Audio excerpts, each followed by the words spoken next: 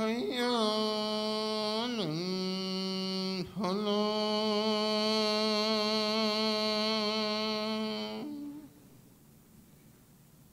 الله أكبر الله أكبر لا إله إلا الله.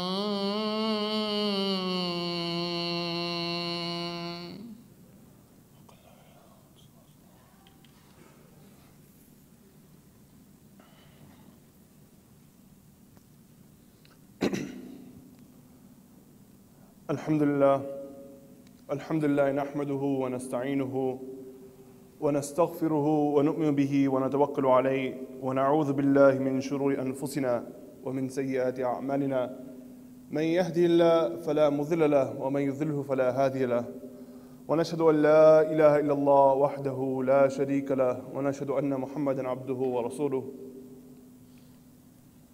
فأعوذ بالله من الشيطان الرجيم. بسم الله الرحمن الرحيم.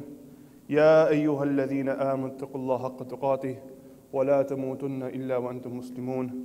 صدق الله العظيم.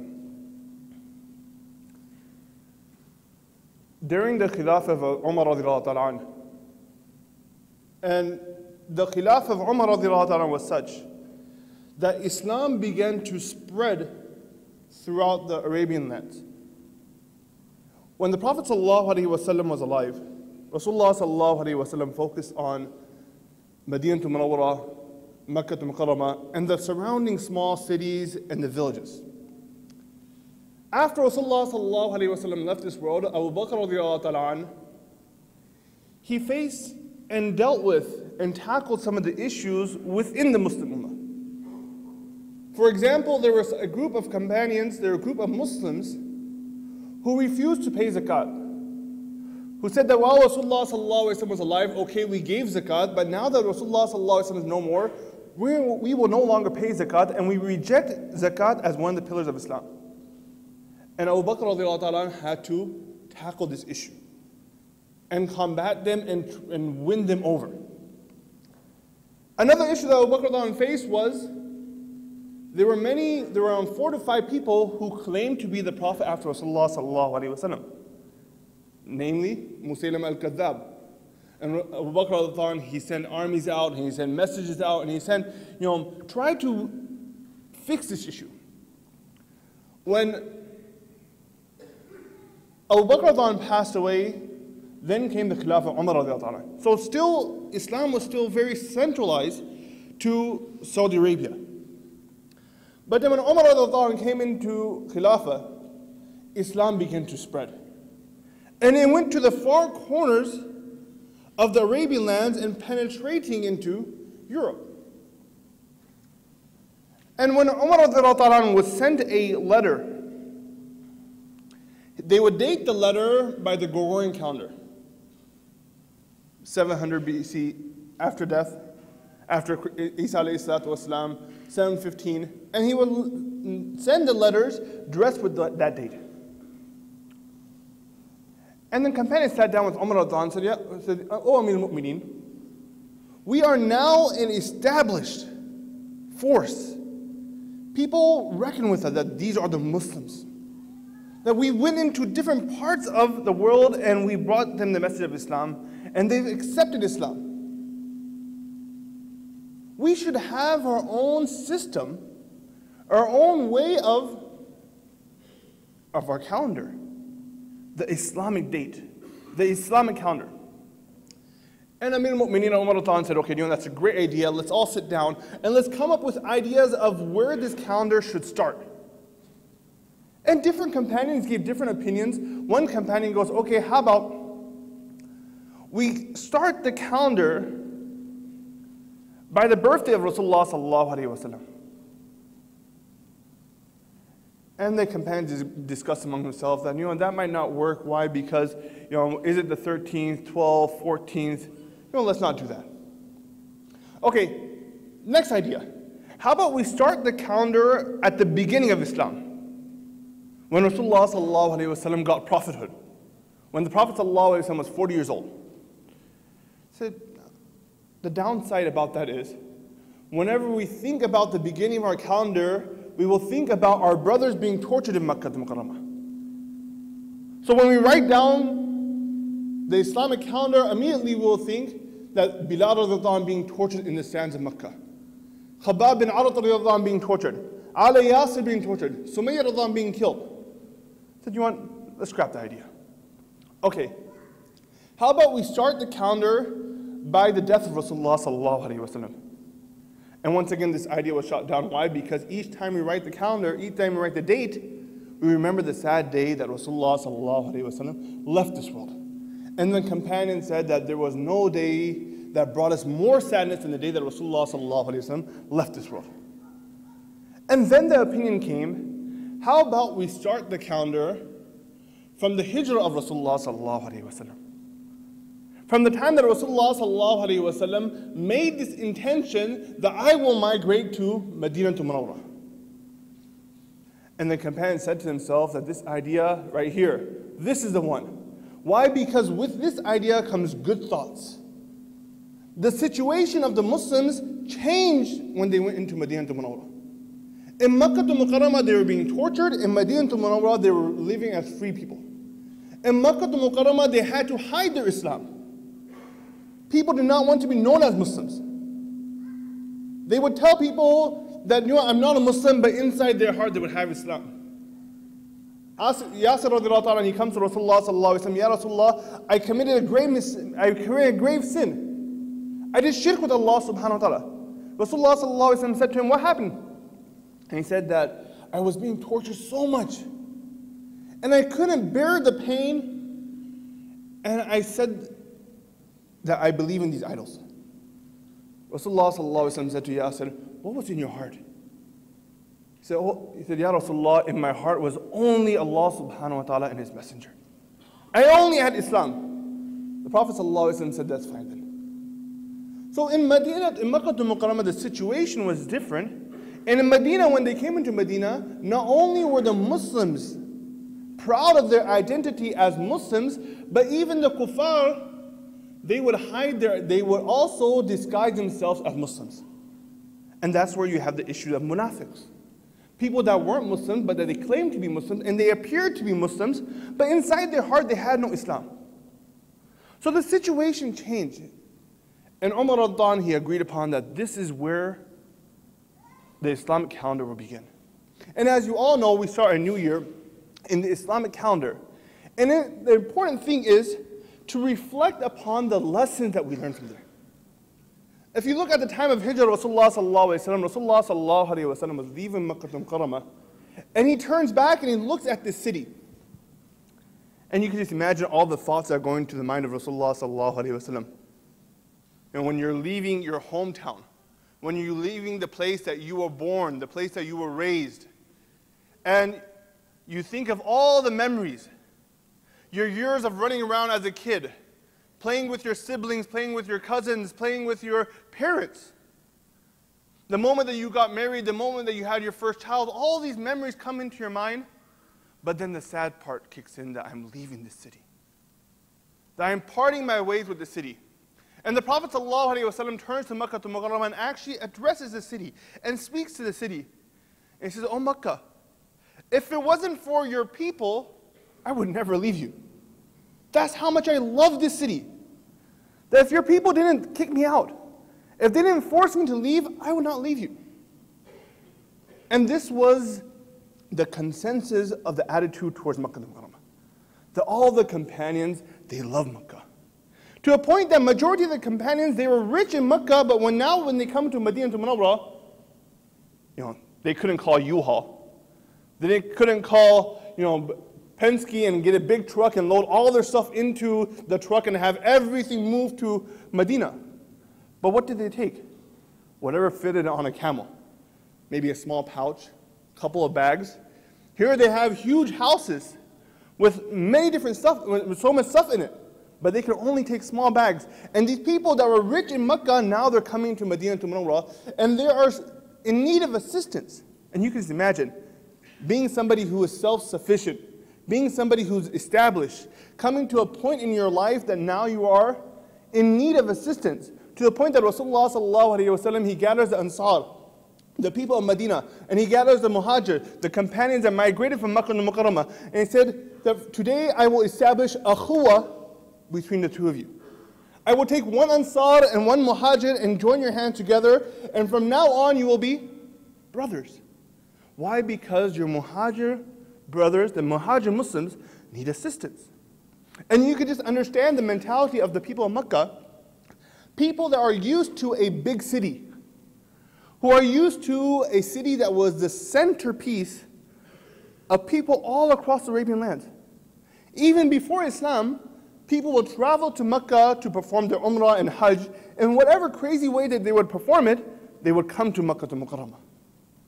But now leaving this city back, it's like somebody that leaves New York City or leaves Chicago and goes to a small little village.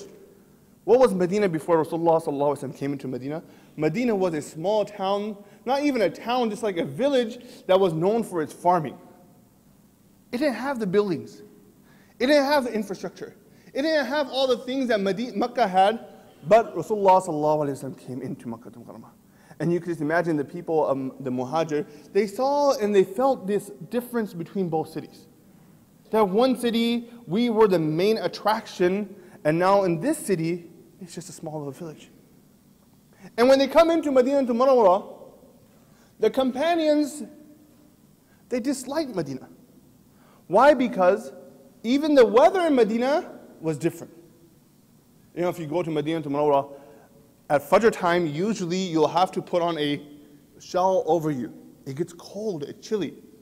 Even though it's out there in the desert, it gets cold in the Fajr time. And the companions actually, when they moved into Medina, they got sick because of the change in climate. To the point that Abu Bakr and Bilal, they actually got extremely sick that they thought that they were going to pass away. But you saw when Rasulullah sallallahu alaihi wasallam was leaving Makkah, he said to Makkah to Mukarramah, if it wasn't for your people, I wouldn't leave you. But when the Prophet sallallahu alaihi wasallam comes into Medina to Munawwarah, he makes dua, he raises his hands to Allah subhanahu wa ta'ala and says, Oh Allah, make Medina beloved to us the way that you made Makkah beloved to us. And from this point on, the attitude of the Sahaba and Tajma'in changed to Medina to Munawwarah. Rasulullah sallallahu alaihi wasallam, he instructed them to make this your home. Don't just live here to earn money. Don't just live here because it's a place of safety. Don't just live here to benefit from what the city has to offer, but establish yourself in the city. Invest in the city. The Prophet ﷺ, he told the companions, clean up the city. When Bilal was being, when Salman Farsi was being freed, Rasulullah ﷺ, he himself planted the trees in Medina to Munawwarah. And the Prophet ﷺ in hadith instructs that even if you know that you were going to leave this world and you could plant a tree, go ahead and plant this tree. Who was he speaking to? He was speaking to the people of Medina. So he was telling the Sahaba Ajma'in that invest in this city. Establish yourself in the city. And the lesson to be learned here is even though we are people that are from outside of this country, looking at the hijrah of Rasulullah sallallahu alaihi wasallam, the Prophet sallallahu alaihi wasallam told these companions, now that you've come into this new place, this new home, take it as your own. And this is the lesson that we take from it. That not to consider ourselves as outsiders, but to actually care for this land. And to actually care for the people of this land. And this city became so beloved to the companions that it actually changed many of the companions' lives. You know, we talked about the companions that were being tortured in Mecca. Now they are free in Medina. There was the one companion, Abdurrahman bin Auf, who was rich. He came from a good lineage. He was rich in Mecca, but when he came to Medina to Munawwarah, he had nothing to his name. And Rasulullah sallallahu alaihi wasallam took him to a Ansar companion, and he said that he is your brother. And the Ansar companion, to show his characteristic and to show his love, said to Abdurrahman bin Auf, that Abdurrahman, whatever I own, whatever is mine, 50% is yours. Not one or two pieces. Anything that I have, 50%, I'm cutting you a check, it's all yours. Tell me, what would you like? And Abdurrahman bin Auf says, Jazakallah khair, I really appreciate it. To put in my own words, Jazakallah khair, I really appreciate it, but just show me where the market is. So a person that started from scratch, nothing at this time, who later on became the person who one time Madinah al-Munawwara began to shake and tremble. Hazrat Aisha radhiyallahu anha, she came out of her house and she saw that all across Medina there were camels. Everywhere, camels everywhere. And she asked, whose camels are these? And he said, Abdurrahman bin Auf. He just sent a caravan out and the caravan came back and this is all his profit. This is all the money that he made. And she sends for Abdurrahman bin Auf, and Abdurrahman bin Auf comes to the Aisha anha, al-Mu'mineen. And the Aisha says, Abdurrahman, remember what Prophet ﷺ used to teach us? Remember how the Prophet ﷺ used to tell us to give in this path? To take care of the needy? And Abdurrahman bin Auf said, enough said. I understand what you're trying to say. I'll take care of this. Abdurrahman bin Auf, he says to his people, his workers, that go out and give all of these camels fi sabilillah, to the poor, to the people that need it. And I will wait until the masjid until it's all done. So you see that the city of Medina changed people when they adapted themselves to the city of Medina. Umar radiallahu ta'ala anhu, a companion who was born and bred in Makkah al-Mukarramah, who was known to be one of the strongest, one of the pride of Makkah, that people would come into Makkah and they would challenge Umar radiallahu ta'ala anhu. But now we see Umar radiallahu ta'ala anhu, that towards the end of his life, he's making dua to Allah subhanahu wa ta'ala. Oh Allah, grant me two things. Grant me two things. Give me death in your path. And the second thing, sometimes we're so attached to our back home, our country, our balad, that we tell, that you hear about people instructing that after I die, have my body sent back home. And Umar Radhan says, number one, oh Allah subhanahu wa ta'ala, give me death in your path. And number two, give me death in the city of Medina. Even though he was a pride and joy of Makkah al-Mukarramah. And the companions, at the time of Fatih Makkah, when Makkah was conquered by the Muslims, things now have changed. Previous years, the Muslims were not allowed into Makkah al-Mukarramah. That the companions, in 1,400 companions, along with Rasulullah sallallahu alaihi wasallam, they come to Makkah al-Mukarramah to perform Umrah, and the mushrikeen of Makkah say, you cannot enter.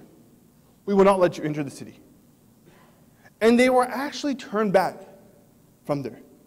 Now you can imagine, the Hujjaj are coming back from Hajj right now. Just say for a moment, may Allah subhanahu wa ta'ala protect us, if you were ready to go to Hajj, and things were falling into place, and your visa comes through, and you pack your bags. But once you get to the airport, they say, sorry, you cannot board this flight. Emotionally, you would be a wreck. And this was the state of the companions. That we want to go back to the city of Makkah. When the Prophet ﷺ saw the dream of Hudaybiyah, he said to the people that, look, I saw a dream that we were performing tawaf and we were performing umrah in Makkah. And the companion said, Ya Rasulullah, it's been 7 years since we've been back to our hometown. It's been 7 years since we've been back to Makkah. Let's go to Makkah. They had this connection. But once Makkah was conquered, the Ansar companions, they got worried. That now that Makkah is conquered and it's liberated, and Muslims now have control over the Kaaba, Muslims now that Allah's name will be worshipped in the Kaaba, and only Allah's name will be worshipped in the Kaaba, maybe Rasulullah sallallahu alaihi wasallam might stay here. Maybe the companions. So their attachment wasn't only for Rasulullah sallallahu alaihi wasallam, but their attachment was for the companions as well. And they're worried that what if the companions stay back in their home city? And the Prophet sallallahu alaihi wasallam, addressing this concern, says to the Ansar Sahaba that, won't you be happy that you can take me back with you? That will you not be happy that I'm coming back with you? So even though the companions had this connection with Makkah at one time, but now their connection with Medina to Munawwara became much stronger. And this is what we learn from the lessons of Hijrah. That maybe our hometown and our country at one time was beloved to us, but now that we are in this land, learning from the lesson of Rasulullah sallallahu alaihi wasallam, we should adopt this land. Actually care for it. The way that you're at home and you're watching your ESPN and your child comes in eating a candy bar, and after eating the candy bar, they take the wrapper and throw it on the ground, onto your carpet. Immediately you say to him, what are you doing? Pick that up. This is your house. How can you drop something on the ground? Pick it up. That same love and concern that we have should be for this country. That Rasulullah sallallahu alaihi wasallam, he taught us to make this country our own. Yes, he didn't say make America your own and make America great again, but Rasulullah sallallahu alaihi wasallam, he showed us that when you go into a city, when you make it your home, become one of it. Care for its land and care for its people. Don't only care for your own people. Don't only care for your Muslims, but actually care for the people around you. And we ask ourselves, what's the best way to do that? And Rasulullah sallallahu alaihi wasallam, he pointed out, the best amongst you is the person with the best characteristics. That if you want to care for the people around you, show them your characteristics. In another hadith, Rasulullah sallallahu alaihi wasallam says, the best amongst you is the person who's best toward their family, the people that surround him. And he says, I, Muhammad, I am the best toward my family. And this bond that we have, not talking about our wives and our children, but the bond that we have with our neighbors, the bond that we have with the people that surround us, these, to a certain degree, become our family as well. And to show them our characteristics, to show them the akhlaq. Then one hadith, Rasulullah sallallahu alaihi wasallam said, Al-mu'minu ghirrun karimun. That a believer is simple. He's not two-faced. When he says something, he means it. It's not that he's going to go around and do something else. Al-mu'minu ghirrun karimun. And he's a noble person. You can trust him. Another hadith, Rasulullah sallallahu alaihi wasallam says, Al-muslimu, a believer, a Muslim, man salim al-muslim bilisanihi wa yadihi, is a person who other Muslims are safe from his tongue and his hands. That he will not say something to harm you and he will not do something to hurt you.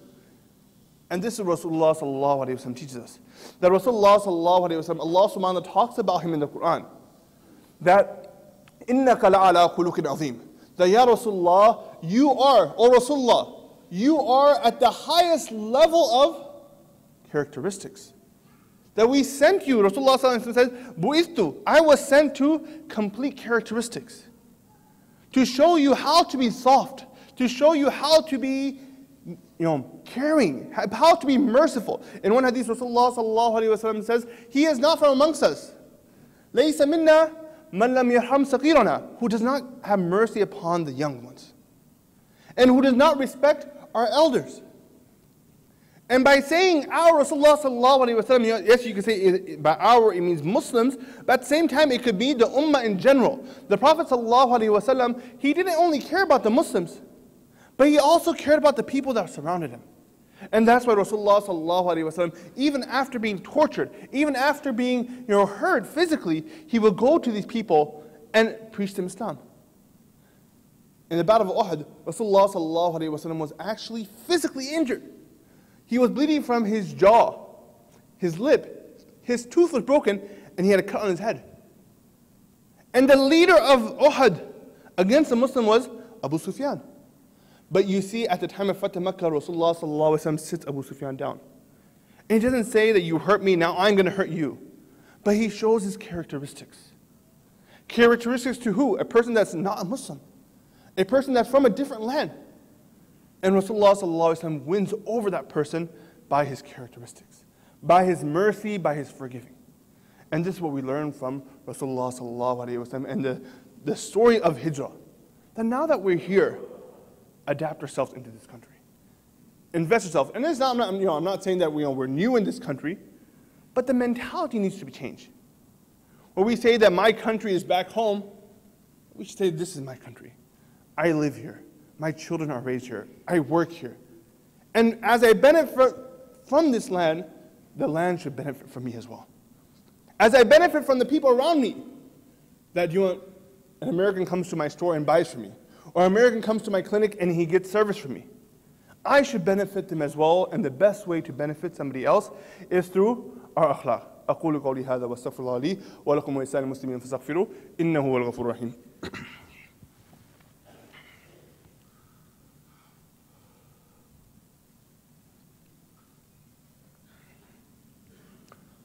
Alhamdulillah, الحمد لله نحمده ونستعينه ونستغفره ونؤمن به ونتوكل عليه ونعوذ بالله من شرور أنفسنا ومن سيئات أعمالنا من يهده الله فلا مضل له ومن يضلله فلا هادي له ونشهد أن لا إله إلا الله وحده لا شريك له ونشهد أن محمدا عبده ورسوله. أعوذ بالله من الشيطان الرجيم. بسم الله الرحمن الرحيم. إن الله وملائكته يصلون على النبي يا أيها الذين آمنوا صلوا عليه وسلموا تسليما. اللهم صل على سيدنا محمد وعلى آل سيدنا محمد كما صليت على إبراهيم وعلى آل إبراهيم إنك حميد مجيد. اللهم بارك على محمد وعلى آل محمد كما باركت على إبراهيم وعلى آل إبراهيم إنك حميد مجيد. اللهم حبب إلينا الإيمان وزينه في قلوبنا وكره إلينا الكفر والفسوق والعصيان واجعلنا من الراشدين. اللهم انصر الإسلام والمسلمين. اللهم انصر الإسلام والمسلمين. اللهم انصر المسلمين في كل مكان. Oh Allah, help the Muslim Ummah. Oh Allah, the Muslim Ummah is being tortured and tested all across the world like they were being tested at the time of Rasulullah sallallahu alayhi wa sallam, and even worse. Oh Allah subhanahu wa ta'ala, you gave them victory and you gave them izzah and you gave them honor by moving them to Makkah, from Medina to Munawwarah and taking them out of their tortures. Oh Allah, help the Muslim Ummah right now. Oh Allah, we are in need of your help in Syria and Palestine and Burma and Rohingya. Oh Allah, help the Muslims. Oh Allah, in their heart they have the same kalima that we have, the kalima of La ilaha illallah, Muhammadur Rasulullah sallallahu alayhi wa sallam. Oh Allah, these people believe in you, they're in need of you. Oh Allah, help the Muslim Ummah. Oh Allah, help us. Oh Allah, cure those of us that have illnesses. Oh Allah, forgive our family members that have passed away. Oh Allah, help the Muslim Ummah here in America. Subhana rabbika rabbil izzati amma yasifun. والسلام على المرسلين والحمد لله رب العالمين وأقيم الصلاة.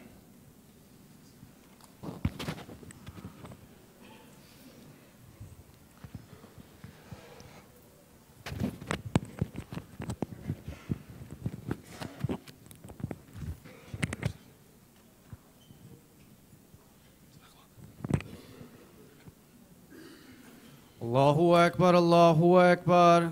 أشهد أن لا إله إلا الله. أشهد أن محمد رسول الله. حي على الصلاة حي على الفلاح قد قامت الصلاة قد قامت الصلاة. الله أكبر الله أكبر. لا إله إلا الله. There's some space out there towards the right of the masjid, so if the people brothers want to move over, more brothers can come in. Jazakallah khair.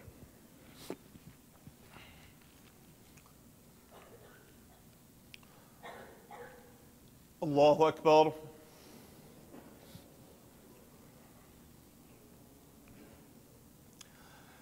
الحمد لله رب العالمين الرحمن الرحيم مالك يوم الدين. إياك نعبد وإياك نستعين. اهدنا الصراط المستقيم صراط الذين أنعمت عليهم غير المغضوب عليهم ولا الضالين.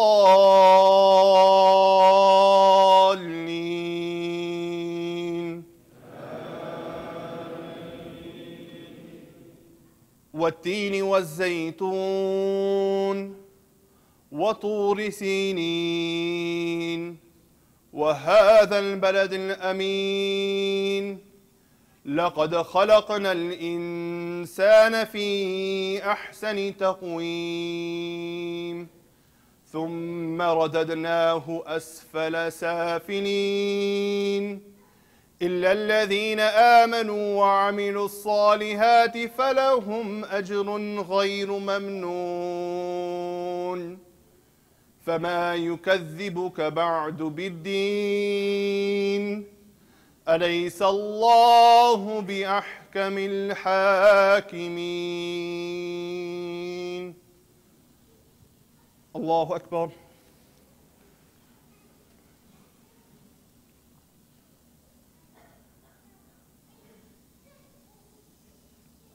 سمع الله لمن حمده. الله أكبر.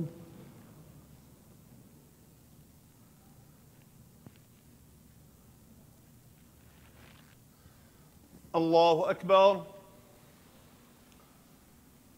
الله أكبر.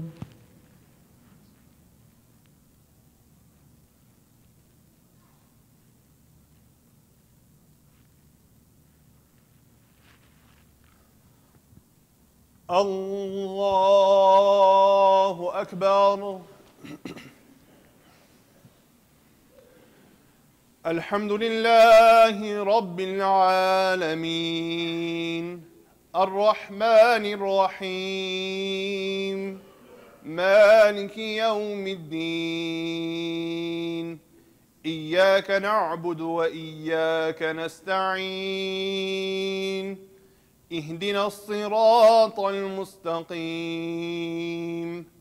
صراط الذين أنعمت عليهم غير المغضوب عليهم ولا الضالين.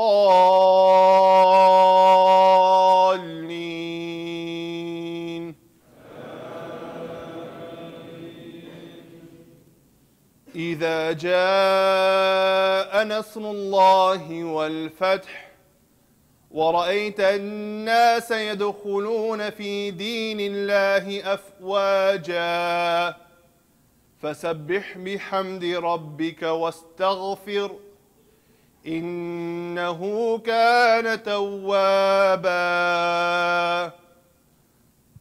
الله أكبر.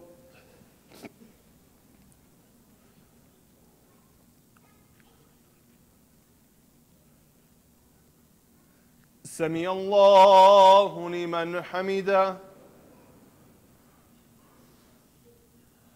الله أكبر.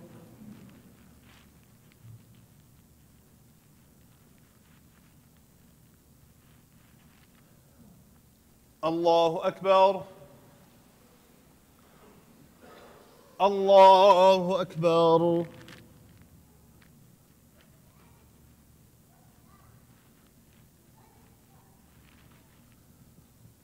الله أكبر.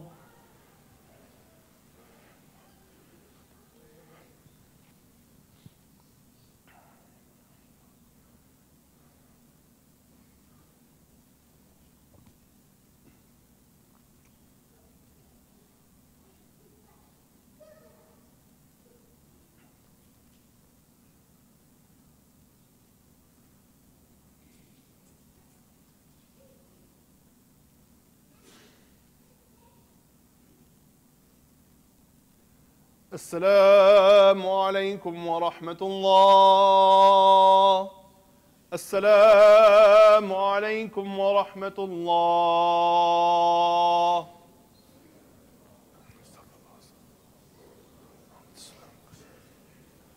Assalamu alaikum wa rahmatullahi wa barakatuh. There is a dua request from Dr. Khalid Mahmood. His mother is ill and is in the ICU. We pray that Allah subhanahu wa ta'ala gives her shifa and gives all of our beloved ones shifa. Anybody in this gathering from the Muslim Ummah whose beloved ones are being tested through any illness, that Allah subhanahu wa ta'ala gives them a complete, a quick, a everlasting shifa. Allah subhanahu wa ta'ala forgive our family members who have passed away and no longer with us. Allah subhanahu wa ta'ala reunite us with them in Jannat al-Firdaus in the hereafter. Subhana rabbika rabbil izzati amma yasifun wa salamun ala al-mursalin walhamdulillah.